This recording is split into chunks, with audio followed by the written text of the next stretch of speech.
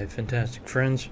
This video I'm going to be talking about a quote by Aristotle which goes, "Art imitates nature." Now, I stumbled across this quote many years ago and I think it's very interesting. Rather than talk about all the various arguments that exist around it, which some of which are complete nonsense by the way, so I don't want to go into them because I feel it might actually kill the brain cells of anyone who's listening or watching. And so what I'd rather do is spark up a conversation about what the average viewer or whoever's watching actually thinks about these arguments.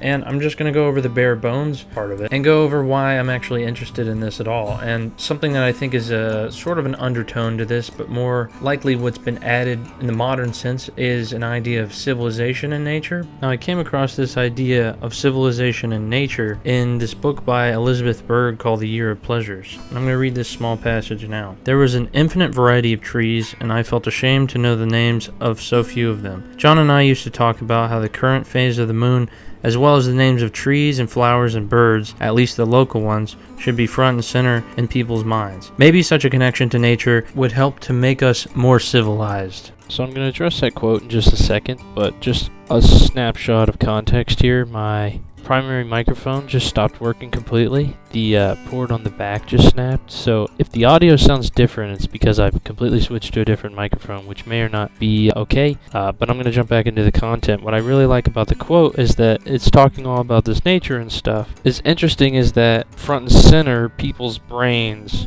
is the connection to nature. And to say that's what makes civilization is just kind of strange, because in a sense, civilization is only the effort to get away from nature or make a habitable space out of nature. And what's really interesting to me is that something could make you more civilized. No, I mean, what's interesting is that I think what she means is more like the narrator is talking more about the feeling of being civilized. Everything is down to definition, really, and being civilized is only as narrow in definition as someone cares to make it in their scope of being civilized or not civilized. And also, I think what's interesting here is that, like art imitates nature, it's like humankind imitates nature, because you have to react to nature. At least, I suppose that's really what I mean, is that when you're making a habitable space from nature, whether you're in a forest or a jungle or you only have a campfire, however minute you're adjusting to nature, you're still reacting to it and you're carving your own space out of it. And humans don't create from nothing. So even if they try to make things that look completely unnatural, that's just the opposite of nature. I think this is what's interesting, is that this is a knowledge of nature, so I think what she means is that one should have a proper relationship to the beauty and terror of nature, and that maybe that's the basis of civilization.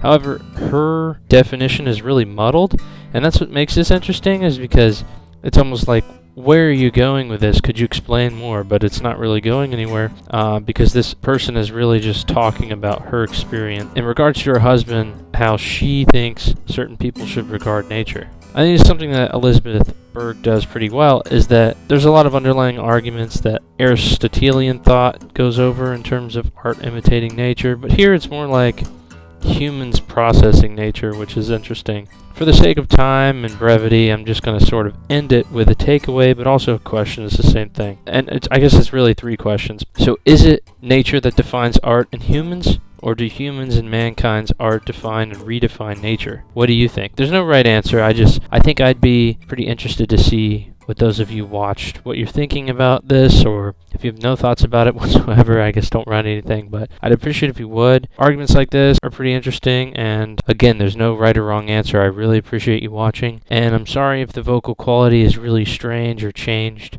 As soon as I get my mini USB cord, I will straighten that out. Anyway, thank you for watching, and have a fantastic day.